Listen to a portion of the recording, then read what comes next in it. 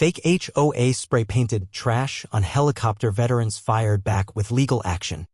Have you ever wondered what happens when a neighborhood tyrant picks a fight with the wrong heroes? It was a quiet evening in the sleepy Willow Creek subdivision, where the hum of cicadas usually drowned out any drama. But on June 10, 2025, the peace shattered. A medevac helicopter, proudly owned by disabled Vietnam veteran Tom Hargrove, sat in his driveway, a symbol of his service and sacrifice. Tom, a retired pilot who flew countless rescue missions, had parked it there temporarily while awaiting hangar space. The helicopter gleamed under the streetlights, a testament to his pride. But by morning, it was defaced with a single, hateful word: trash, spray-painted in garish red across its side.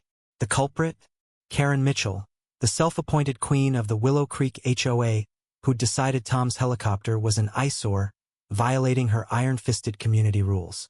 Her act of vandalism wasn't just a petty jab, it was a declaration of war against a man who'd risked everything for his country. Tom wasn't alone in his outrage. His neighbors, many of them veterans themselves, rallied around him.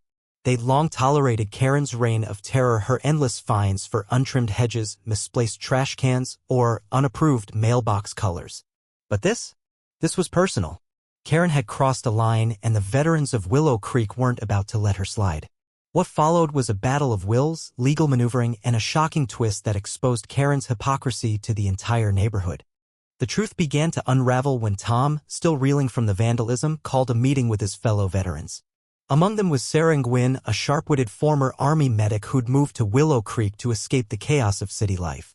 Sarah had her own run-ins with Karen last summer. She'd been fined $200 for planting wildflowers instead of regulation roses. "This isn't about the helicopter," Sarah said, her voice steady but fierce. "It's about control. Karen's been bullying us for years, hiding behind fake HOA rules she made up." Tom nodded, his hands trembling with anger. "I flew the chopper to save lives," he said. "She calls it trash? Let's see how she likes being called out." Sarah dug into the HOA's records, suspecting Karen's authority wasn't as legitimate as she claimed. What she found was a bombshell. Willow Creek's HOA had dissolved 3 years prior when the original board failed to renew its charter. Karen, a former board secretary, had kept up the charade, sending violation notices and collecting dues that went straight to her personal account. The veterans were stunned. Karen wasn't just a busybody, she was a fraud, extorting the neighborhood under a fake HOA. The helicopter vandalism wasn't just spite, it was Karen's desperate attempt to assert control when Tom refused to pay her latest fine for parking his chopper. Armed with this revelation, the veterans planned their counterattack. They enlisted Jake Carter, a retired JAG officer with a knack for legal warfare. Jake's presence was the twist no one saw coming. Karen had underestimated the firepower of her opponents. "She's not just breaking HOA rules," Jake explained, poring over documents in Tom's living room. "She's committing fraud, theft, and vandalism. We're taking her to court." The group filed a class-action lawsuit accusing Karen of embezzlement and property damage. They also tipped off the local news, ensuring Karen's actions would be exposed to the world.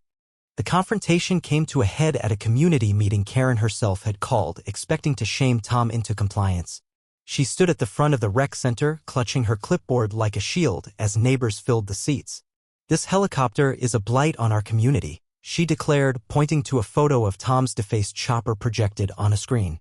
"We have standards." But before she could continue, Tom rose, his voice calm but commanding. "Karen, your HOA doesn't exist. You've been lying to us, stealing from us, and now you've vandalized my property."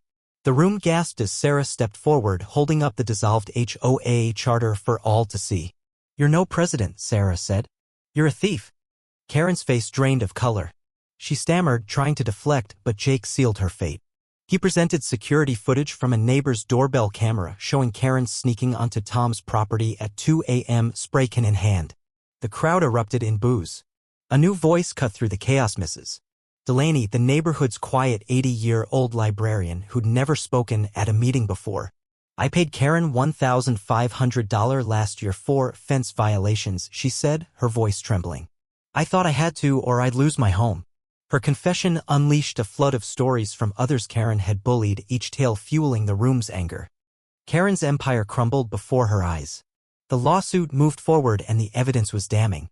Not only had she defaced Tom's helicopter, but bank records showed she'd pocketed over $20,000 in fake HOA fees.